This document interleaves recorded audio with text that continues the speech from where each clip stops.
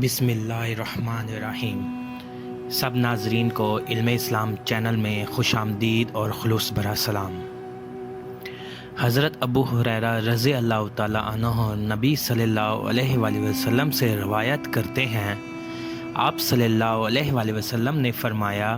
روز قیامت میری شفاعت کے لحاظ سے سب سے زیادہ سعادت مند شخص وہ ہوگا جس نے خلوص دل سے لا الہ الا اللہ لا الہ الا اللہ حق لا الہ الا اللہ محمد الرسول اللہ صلی اللہ علیہ وسلم اللہ کے سوا کوئی معبود برحق نہیں پڑا ہوگا۔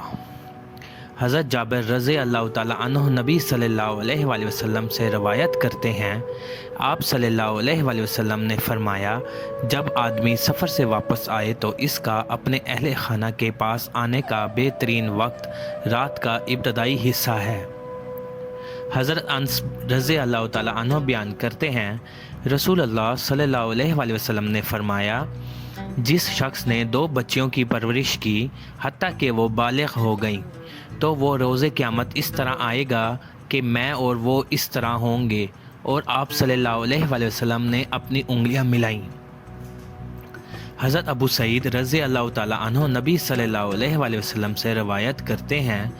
آپ رضی اللہ تعالیٰ عنہ نے فرمایا، روئے زمین پر جو نفس آج موجود ہے 100 سال گزرنے کے بعد وہ زندہ نہیں ہوگا۔ حضرت ابو ہریرہ رضی اللہ تعالیٰ عنہ بیان کرتے ہیں، رسول اللہ صلی اللہ علیہ وآلہ وسلم نے فرمایا، روز قیامت بندے سے نعمتوں کے بارے میں سب سے پہلے یوں سوال کیا جائے گا، کیا ہم نے تیرے جسم کو درست نہیں بنایا تھا، اور کیا ہم نے تجھے ٹھنڈے پانی سے سیراب نہیں کیا تھا؟ مزید اسلامی معلومات حاصل کرنے کے لیے ویڈیو کو لائک اور چینل کو سبسکرائب کریں۔ شکریہ، اللہ حافظ۔